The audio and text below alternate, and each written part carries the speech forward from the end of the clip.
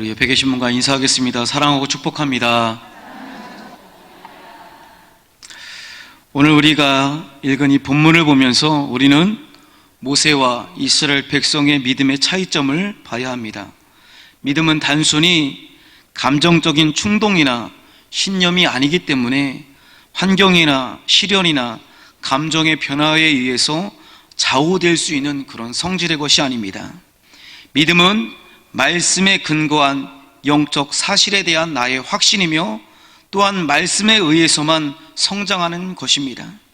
즉 우리를 천국으로 인도하는 것은 이해타산적이고 계산적이고 변덕스러운 일시적인 감정이 아니라 말씀의 뿌리를 내린 굳건한 믿음인 것입니다. 요즘 날씨가 쌀쌀해지고 있습니다. 우리는 뉴스를 통해서 일기예보를 들으면서 오늘 날씨가 어떻겠구나 짐작을 하게 됩니다. 오늘 아침은 영하 12도까지 내려가겠습니다 하면 오늘은 무척이나 춥겠구나 하고 옷을 든든히 챙겨 입게 됩니다. 오늘은 온도가 영상 35도까지 올라가겠습니다 하면 오늘은 무척이나 덥겠구나 하고 짐작을 하게 됩니다. 온도를 나타내는 온도계가 있으니까 우리는 온도를 알 수 있습니다. 만약에 우리의 믿음의 수치를 잴 수 있는 것이 있다면 얼마나 좋겠습니까? 그런 잴 수 있는 기계가 있다면 만약에 우리 오른쪽 귀에 이렇게 대고 재면은 믿음이 한 65, 어떤 분은 믿음이 87, 얼마나 좋겠어요. 내가 믿음이 좀 약하구나, 더 열심히 기도해야 되겠다, 더 열심히 말씀을 읽어야 되겠다. 그런데 우리의 믿음은 잴 수도 없고 측정할 수도 없습니다. 그렇다면 어떻게 우리의 믿음을 알 수 있습니까? 바로 위기 앞에서, 고난 앞에서, 장애물 앞에서 우리의 모습을 보고 믿음을 알 수 있는 것입니다. 사람의 인격은 의기에 처할 때 진면목이 드러나게 됩니다. 그래서 그 사람의 됨됨이를 보려면 함께 여행을 해보라는 말이 있습니다. 함께 여행을 하면서 이런 일을 만나게 되고 저런 일을 만나게 되면서 그 사람의 인격과 성품이 드러나게 된다는 것입니다. 신앙도 마찬가지입니다. 이스라엘 백성들의 신앙은 철저하게 노예 근성에 젖은 신앙이었고 변덕이 죽을 듯하는 그런 신앙이었습니다. 당장 눈앞에 무엇인가가 보일 때는 죽음이라도 불사를 듯이 하나님의 이름을 찬양하지만 조금이라도 어려운 상황에 처하게 되면 하나님을 원망하고 모독하기를 꺼리지 않았던 이스라엘 백성들의 모습을 보게 됩니다. 참 신앙과 또 건강하고 바른 신앙은 고난과 역경의 현실을 극복하고 그 뒤에 계시는, 그 배후에 계시는 하나님의 섭리를 깊이 깨달으며 하나님의 나라와 의를 이루기 위한 하나님의 역사에 우리 자신을 온전히 맡기는 것입니다. 오늘 우리가 성경에서 읽은 이스라엘 백성들은 하나님 명령에 순종하여서 애굽을 나왔습니다. 그런데 하나님은 이스라엘 백성들을 안전한 곳으로 이끌어 가시지 않고 홍해 길로 인도하셨습니다. 하나님 말씀에 순종하며 나아가는데 앞에는 홍해 바다가 넘실거립니다. 그리고 뒤에는 애굽의 군대가 추격해오고 있습니다. 이런 사면초가 진퇴양난의 상황 속에 이스라엘 백성은 처하게 된 것입니다. 열심히 신앙생활을 하고 하나님의 자녀라고 하는 우리 앞에 어떤 어려움을 만나게 되면 세상 사람들은 믿는 사람이 왜 저런 어려움을 당할까? 아이고, 하나님 믿는데 왜 이렇게 저렇게 고난을 당할까라고 말을 하기도 합니다. 오늘 우리 출애굽기 14장 3절에 보니까 홍해 바다 앞에 놓여있는 이스라엘 백성들을 향해 바로가 이렇게 말을 한다고 합니다. 그들이 그 땅에서 멀리 떠나 광야에 갇힌 바 되었다고 말을 합니다. 바로가 보기에는 이제 이스라엘 백성들이 애굽에서 멀리 도망 나왔지만 결국은 광야에 갇힌 바 되었다고 보고 있는 것입니다.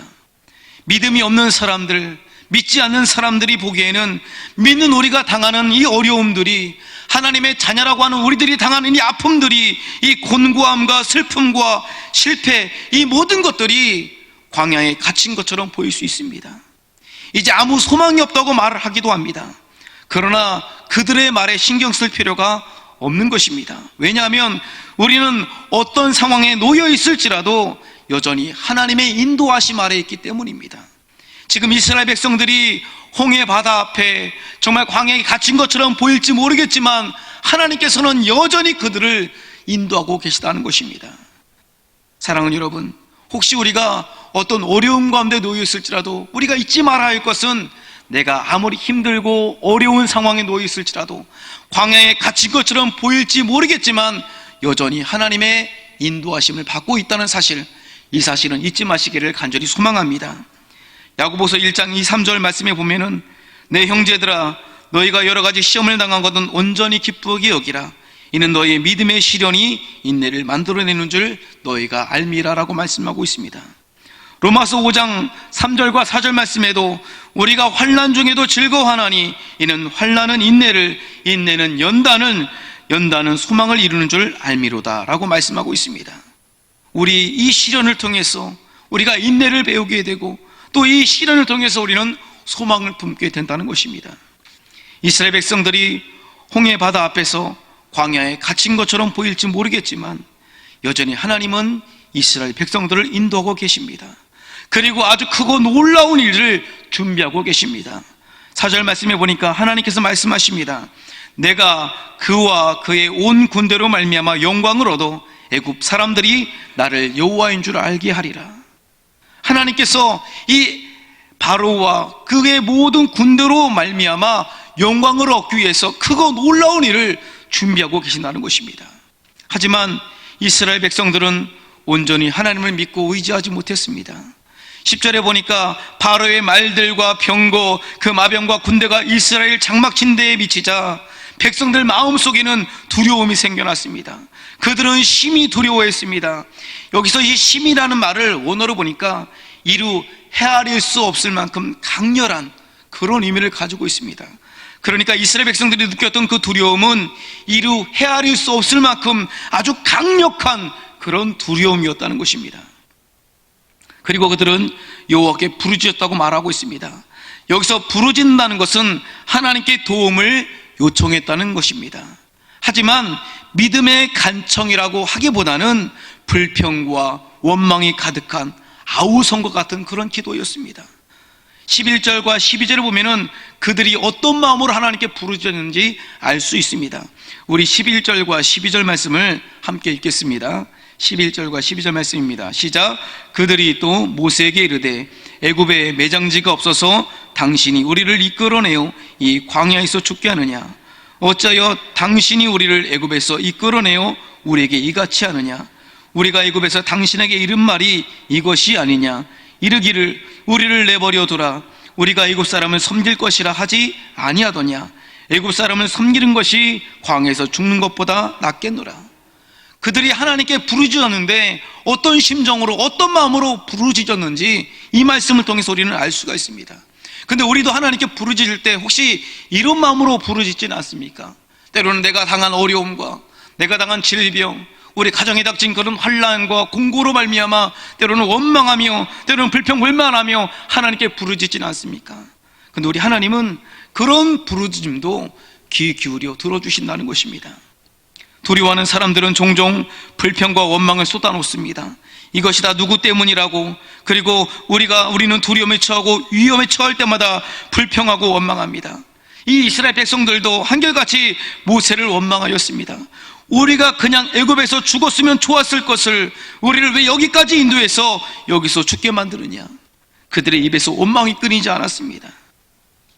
그런데 이 두려움과 원망, 이것은 하나님이 제일 싫어하시는 것입니다. 성경에서는 곳곳에서 우리에게 두려워하지 말라라고 말씀하십니다. 여러분은 두려움의 존재를 아십니까? 이 두려움이라는 것은 실제로는 아무것도 아닙니다. 어느 시골에 긴 겨울밤 총각들이 모여서 이 화톡가에서 밤을 구워 먹고 있었습니다. 그러자 이 밤을 구워 먹고 이런저런 얘기하다가 갑자기, 야, 우리 심심한데 내기나 할까? 누가 제일 겁이 없는지 시험해보자 해가지고, 이 게임의 내용이 뭐냐면은 공동묘지에 가서 말뚝을 받고 오는 것이었습니다.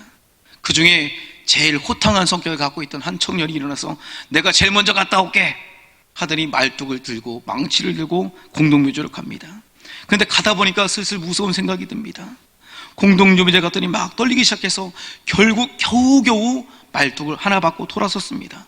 그런데 돌아서려는 순간 누가 그의 옷을 잡고 있는 것입니다. 그 총각은 쓰러져서 기절해 버리고 말았습니다. 아침까지 그 친구가 돌아오지 않자 친구들이 공동묘지로 찾아갔습니다. 그런데 보니까 웬걸 말뚝을 박았는데 그 말뚝에 자기 옷이 걸려서 거기서 기절해 있는 것이었습니다. 두려움의 실체는 아무것도 아니라는 것입니다.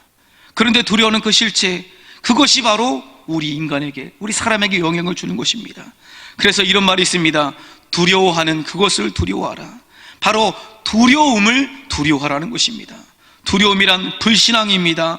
의심입니다. 신앙의 눈으로 보면 그것은 불신과 의심이 바로 두려움인 것입니다. 거기서 원망과 불평이 튀어나오게 되는 것입니다. 하나님이 우리를 어떤 길로 인도하시더라도 반드시 합력하여 선을 이루게 하시는 것을 믿어야 한다는 것입니다.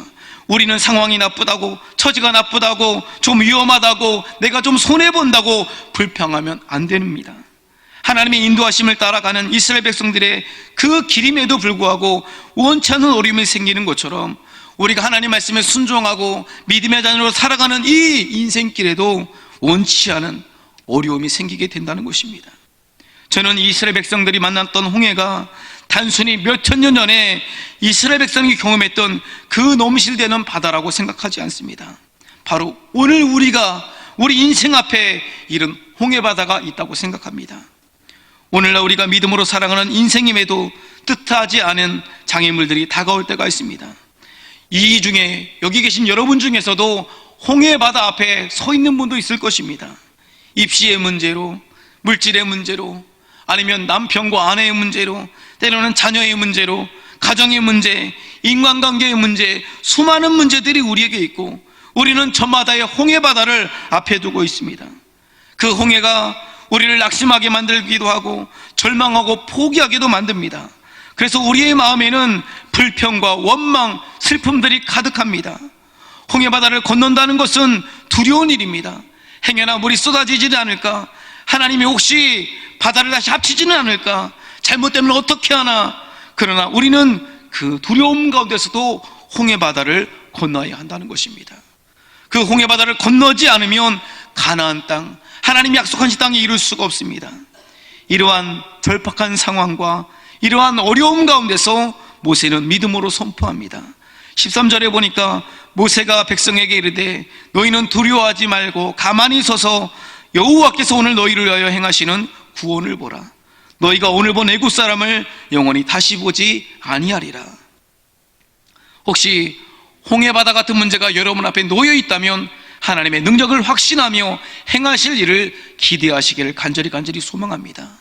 너희가 오늘 본 애굽 사람들, 너희가 오늘 당한 어려움, 너희가 오늘 당한 아픔, 너희가 오늘 당한 실패, 너희가 오늘 당한 이 슬픔들 다시는 경험하지 아니하리라. 하나님께서 우리에게 말씀하시는 줄로 믿으시기를 바랍니다. 혹시 내가 어떤 어려움 가운데 놓여 있다면, 아니면 가정 가운데, 아니면 나의 믿음 가운데 시험과 고난이 찾아왔다면 여러분 이렇게 기도하시기 바랍니다. 아이고 하나님, 이번에는 어떤 방법으로 기적을 보여주시려고, 이번에는 어떤 방법으로 역사하시려고 하나님 그러십니까? 하나님을 기대하시기를 바랍니다. 우리가 생각하지도 못하는 방법으로, 나는 상상도 할 수 없는 놀라운 방법으로 우리를 구원하시고 인도하시고 이끌어 가시는 하나님의 놀라운 능력을 확신하시기를 간절히 축원합니다. 여러분, 우리 명량이라는 영화 보셨나요? 문화생활 좀 하세요. 그 유명한 영화를 안 보셨어요? 명량, 이순신 장군의 명량해전이 나옵니다. 그 이순신 장군 시대의 우리 수군은 정말로 볼품없는 그런 상황이었습니다. 도저히 일본 수군과는 대적할 수 없는 그런 형편이었습니다. 그러나 명량해전에서는 이 12척의 배를 가지고 330척과 싸워 승리하는 세계 역사상 전례가 없는 승리를 기록하였습니다.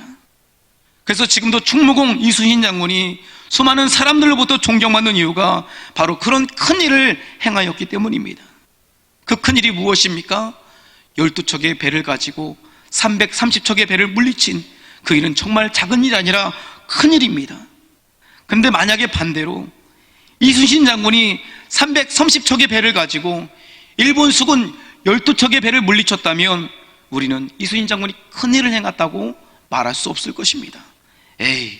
330척의 배를 가지고 12척의 배를 못 이기면 그것이 더 신기한 일이겠죠. 당연한 일입니다. 330척의 배가 12척의 배를 이기는 것은 당연한 것입니다.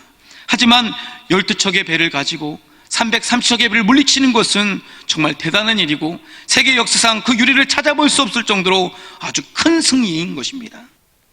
하나님은 우리의 삶 속에 때때로 330척의 배가 아니라 12척의 배를 주실 때가 있습니다. 그것은 바로 하나님께서 330척의 배로 12척의 배를 이기는 그런 당연한 승리가 아니라 12척의 배로 330척을 이길 수 있고 물리칠 수 있는 그런 놀라운 기적을 우리에게 베풀어 주시기 위해서인 것입니다. 사랑하는 여러분, 혹시 우리에게 주어진 삶의 상황과 환경이 단 12척밖에 되지 않는 벌품없고 초라한 상황, 도저히 이길 수 없는 절박하고 막다른 상황이라 할지라도 우리와 함께 하시는, 그리고 우리를 인도하시는 그 하나님의 능력과 역사하심으로 말미암아 우리는 330척이나 되는 엄청난 우리 삶의 적들, 인생의 적들, 그들과 당당히 싸워서 이길 수 있음을 믿으시기를 간절히 소망합니다. 그 명량에 보면은 그런 명대사가 나오잖아요. 전하, 신에게는 아직 12척의 배가 있사옵니다. 안 웃으시네요? 우리도 하나님께 기도할 때 내가 가진 환경과 내가 가진 것들이 부족하다고 불평하러 원망할 것이 아니라, 하나님, 저에게는 아직 기도할 수 있는 힘이 있습니다. 하나님, 저에게는 아직도 하나님께 부르짖을 수 있는 믿음이 있습니다 라고 하나님께 나아가는 여러분 되시기를 간절히 소망합니다. 저는 말씀을 준비하면서 특세가 이제 9일 남았더라고요. 아시죠? 잘 안 오시나요? 그래서 저는 생각했습니다. 하나님, 저에게는 아직 9일의 특세가 남아 있습니다. 우리 한번 그렇게 간절한 마음으로 하나님께 남은 특세 온전히 드리는 그런 하나님의 자녀가 되시길 간절히 소망합니다. 한번 우리 다 같이 한번 따라하겠습니다. 하나님, 저에게는 아직 9일의 특세가 남았습니다. 마지막 남은 9일의 특세로 승리하는 여러분 되시기를 간절히 소망합니다. 사랑하는 여러분, 330척의 배로 12척의 배를 이기는 것은 아무것도 아닙니다. 누구나 할 수 있습니다. 그러나 12척의 배로 330척의 배를 이기는 것은 아무나 할 수 있는 일이 아닙니다. 그렇지만 하나님이 함께 하시면 우리의 상황이 그렇게 볼품없는 상황이라 할지라도 승리할 수 있음을 믿으시기를 간절히 소망합니다. 하나님은 이러한 큰 일을 통해서 하나님의 위대하심과 높으심을 우리에게 알려주시고 보여주시기를 간절히 원하신다는 것입니다. 정말 어려울 때는 우리는 가만히 서서 하나님의 인도하심을 바라보아야 합니다. 가만히 서서 하나님의 섭리를 바라보고, 가만히 서서 하나님의 역사하심을 바라보고, 가만히 서서 하나님의 크신 손길을 바라보아야 한다는 것입니다. 이것이 쉬운 일 같아도, 가만히 서서 하나님을 바라보는 것이 쉬운 일 같아도 그것이 쉬운 일이 아닙니다. 큰 믿음 없이는 불가능한 일이라는 것입니다. 믿음으로 가만히 서서 하나님의 일하심을 볼 수 있는 여러분 되시기를 바랍니다. 나의 방법을 버리시기 바랍니다. 나의 계산과 나의 경험의 판단, 나의 육신의 판단을 꺾어버려야 합니다. 버릴 것 버릴 때, 그리고 하나님을 온전히 바라볼 때 하나님의 인도하심을 체험하게 되고 하나님의 믿음의 새로운 세계를 경험하게 되는 것입니다. 사랑하는 여러분, 성숙한 믿음, 내가 가진 것을 불평하는 것이 아니라 내게 남아있는 것으로 하나님께 더 나아갈 수 있는 그런 성숙한 믿음을 소유한 여러분 되시기를 바랍니다. 우리는 우리 앞에 놓여있는 이 홍해를 어떻게 건너야 하겠습니까?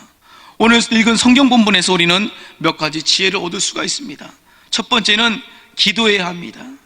오늘 성경 본문 10절 말씀에 보니까 바로가 가까워올 때에 이스라엘 자손이 눈을 들어본 즉 애굽 사람들이 자기 뒤에 미친지라. 이스라엘 자손이 심히 두려워하여 여호와께 부르짖고, 물론 그들에게는 두려움이 가득하였습니다. 원망과 불평이 가득한 기도였겠지만 그러나 그런 기도에도 하나님은 귀 기울여 주셨다는 것입니다.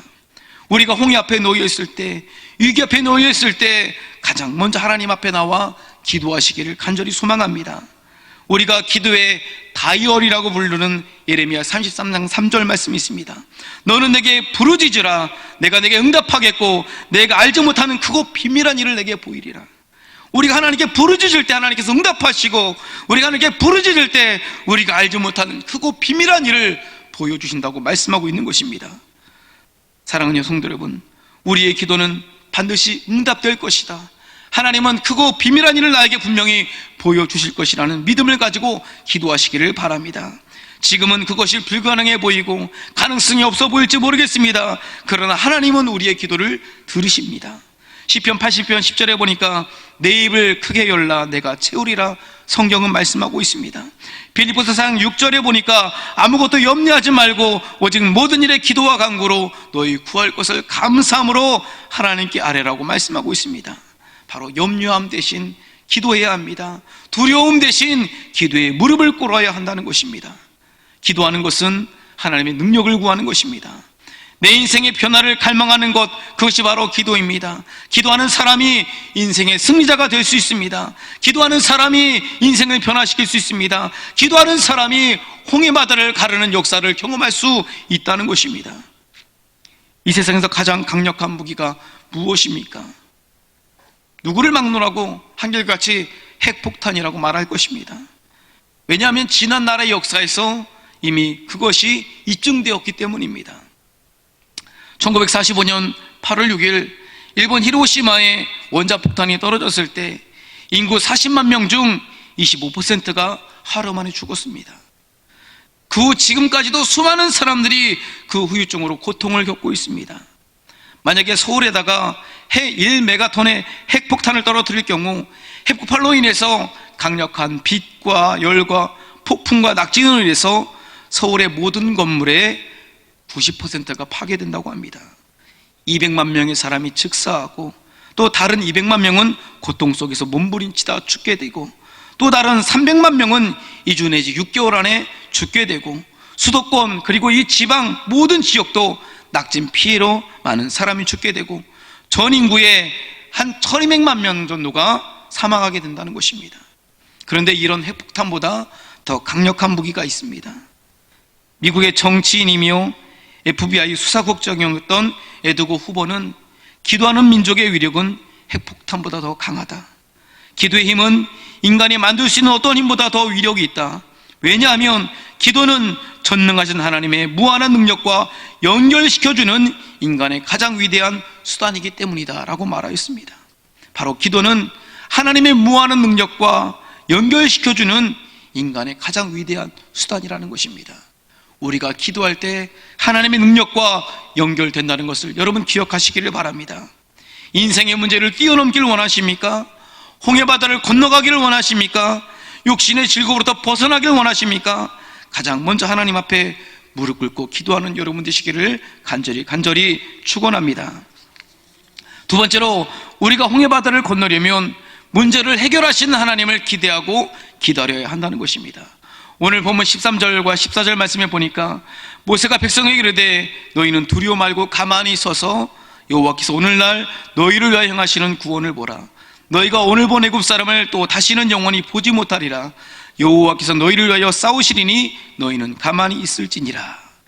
이 두려움에 떨고 있는 백성들을 향해서 모세는 외칩니다. 하나님의 계획을 알려주었습니다. 너는 두려워하지 말아라. 그렇게 아우성치지 말아라. 경거망동하지 말고 당황하지 말아라. 가만히 서서 보아라. 하나님께서 어떻게 우리를 구원하신지, 하나님께서 어떻게 일을 행하시는지 가만히 서서 다 지켜보라는 것입니다. 우리 할 일을 다 했다면, 이제 기도했다면, 이제 최선을 다했다면 하나님께서 어떻게 역사하시는지, 하나님께서 어떻게 우리 인생의 문제, 우리 가정의 문제, 우리 자녀의 문제를 해결해 가시는지 기대하고 기다려보라는 것입니다. 여기서 가만히 서서라는 것은 아무것도 하지 않고 그냥 있으라는 말이 아닙니다. 아무것도 하지 않고 누워서 감나무에서 감이 떨어지기를만을 기다리라는 그런 이야기가 아닙니다. 확신을 가지고 하나님이 행하시는 일을 세심하게 잘 살펴보라는 것입니다. 하나님이 하실 일들을 기대하라는 것입니다. 사랑 여러분, 하나님이 여러분 삶 가운데 행하실 일들을 기대하는 여러분 되시기를 간절히 소망합니다. 여러분 인생의 문제, 여러분의 가정의 문제, 여러분 자녀들의 문제, 여러분 삶의 문제, 그것이 어떤 문제든지 간에 해결해 나가시는 하나님을 여러분 세심히 살펴보시기를 간절히 소망합니다. 하나님이 어떻게 일을 해결하실까? 하나님 우리 가정의 문제를 어떻게 해결해 주실까? 하나님이 우리 자녀들의 문제를 어떻게 이끌어 가실까? 여러분 하나님을 기대하며 기다리는 여러분 되시기를 간절히 소망합니다. 우리가 기도하고 또 하나님을 잠잠히 기다릴 때 하나님께서는 오늘 이스라엘 백성 주신 말씀처럼 오늘날 너희를 위하여 행하시는 구원을 보라. 너희가 오늘 본 애굽 사람들을 다시는 못 볼 것이다 말씀하신 것처럼 하나님께서는 우리를 대신하여 싸워주시고 또 내 힘으로 감당할 수 없는 그런 어려움을 하나님 대신 감당해 주시고 우리는 그 하나님을 찬양하고 그 하나님을 높이고 그 하나님께 기도하면 하나님께서 모든 것을 다 알아서 해주신다고 말씀하고 있습니다. 우리 그리스도인들은 내가 싸우는 것이 아닙니다. 하나님께서 나를 대신하여 싸워주시는 것입니다. 우리 대장 되신 주님을 의지하고 그 뒤를 따를 때 우리는 승리의 자리에 설 수 있는 것을 믿으시기를 바랍니다. 기독교란 내 힘으로 구원받는 것이 아닙니다. 마찬가지로 우리 인생의 승리도 내 힘으로 승리하는 것이 아니라 하나님께서 싸워주실 때 승리할 수 있고 하나님께 모든 것을 맡기고 의지할 때 승리할 수 있음을 믿으시기를 간절히 소망합니다. 사랑하는 여러분, 열심히 기도하시기 바랍니다. 그리고 하나님을 기대하고 기다리시기를 간절히 소망합니다. 그러나 우리 힘으로 아무것도 할 수 없는 그런 불가능한 일에 처했을 때 우리는 기도하는 것이 그렇게 쉽지만은 않습니다. 여러분, 정말 힘들고 어려울 때 기도가 나올까요? 안 나올까요? 안 당해보셨군요. 정말 힘들고 어려울 때는 때로는 정말 신음소리조차 낼 수 없는 그런 상황에 놓여 있을 때가 있습니다. 이 미국 선교단체에서 헌신하는 스탠리 게일 목사님이 쓴 여호사밧의 기도라는 책에 이렇게 말하고 있습니다. 기도조차 신음소리조차 낼 수 없는 절박한 상황에서 하나님 앞에 엎드려 그분의 이름을 불러라. 인생의 폭풍이 불어닥칠 때 우리의 힘으로 도저히 대적할 수 없고 이길 수 없으며 감당할 수도 없는 적을 만났을 때 하나님을 바라보라, 이렇게 말하고 있습니다. 여러분, 기도조차 나오지 않고 신음소리조차 낼 수 없는 그런 절박한 상황에서 하나님 앞에 엎드려 그 하나님의 이름을 부르라고 말하고 있습니다. 여러분, 혹시 여러분 인생 가운데 신음소리조차 낼 수 없고 기도조차 낼 수 없는 그런 절박한 상황에 놓여 있습니까? 여러분, 하나님의 이름을 부르시기를 간절히 소망합니다. 절망적인 상황에 처했을 때 우리는 오직 하나님을 바라보아야 합니다. 예레미야 선지자는 예레미야가 3장 26절에 사람이 여호와의 구원을 바라고 잠잠히 기다림이 좋도다라고 말씀하고 있습니다. 인생의 위기를 만났을 때 내 힘으로 해결해 보겠다는 인간적인 방법을 멈추고 하나님의 도우심을 간절히 바라면 또 하나님의 도우심을 간절히 바라면 하나님께서 친히 우리를 위해서 싸워주십니다. 신명기 3장 22절에는 하나님께서 여호수아를 향하여 이렇게 말씀하십니다. 너희는 그들을 두려워하지 말라. 너희 하나님 여호와께서 친히 너희를 위하여 싸우시리라 하였노라. 바로 두려워하지 말고 하나님을 바라보고 하나님을 의지하면 하나님께서 친히 너희를 위하여 싸워주시겠다는 것입니다. 진퇴양난의 상황에 처했을 때 우리는 우리를 뒤쫓아오는 추적자나 우리 앞에 놓이는 장벽이 아니라 우리의 대장 되시는 하나님을 바라보아야 합니다. 우리가 하나님의 구원의 손길을 간절히 바랄 때 하나님은 구원의 손길을 베풀어 주십니다. 그래서 로마서 8장 31절에는 그런즉 이 일에 대하여 우리가 무슨 말을 하리요? 만일 하나님이 우리를 위하시면 누가 우리를 대적하리요? 믿으십니까? 만일 하나님이 우리를 위하시면 누가 우리를 대적하리요? 하나님이 우리와 함께 하시면 감히 우리를 대적할 사람이 없다는 것입니다. 그래서 세상에 감당할 수 없는 믿음, 세상에 어찌 흔들 수 없는 믿음, 그런 믿음의 소유자가 되시기를 간절히 소망합니다. 저는 우리 선함교회 성도 여러분 모두가 세상에 감당할 수 없는 믿음의 사람이 되기를 간절히 소망합니다. 세상에 아무리 그 사람을 쓰러뜨리려고 해도, 세상에 아무리 그 사람을 유혹하려고 해도, 세상에 아무리 그 사람을 낙담시키려고 해도, 믿음의 길에서 떨어지게 만들려고 해도 흔들림 없이 묵묵히 믿음의 길, 신앙의 길, 하나님 바라보는 그 길을 걸어가는 그런 세상에 감당할 수 없는, 세상에 흔들 수 없는 믿음의 사람이 또 믿음의 고목이 되시기를 주님의 이름으로 간절히 축원합니다.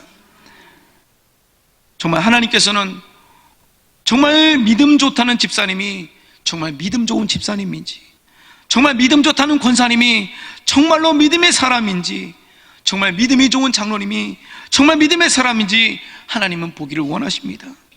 믿음이 있다고 하면서도 급하면 세상의 방법을 쫓아 달려가고 또 믿음이 있다고 하면서도 하나님을 의지하는 것이 아니라 세상 것들을 의지하는 그런 모습들을 우리는 많이 보게 됩니다. 우리의 믿음은 고난당할 때 알 수 있습니다. 끝까지 하나님을 바라보시기를 간절히 소망합니다. 믿음의 주요 온전케 하시는 예수 그리스도를 바라보는 여러분 되시기를 간절히 소망합니다. 마지막으로 홍해 바다를 건너려면 순종하며 전진해야 합니다. 성경 본문 15절 16절 말씀을 보니까 우리 함께 읽겠습니다. 15절과 16절 말씀입니다. 출애굽기 14장 15절과 16절 말씀을 다 같이 읽겠습니다.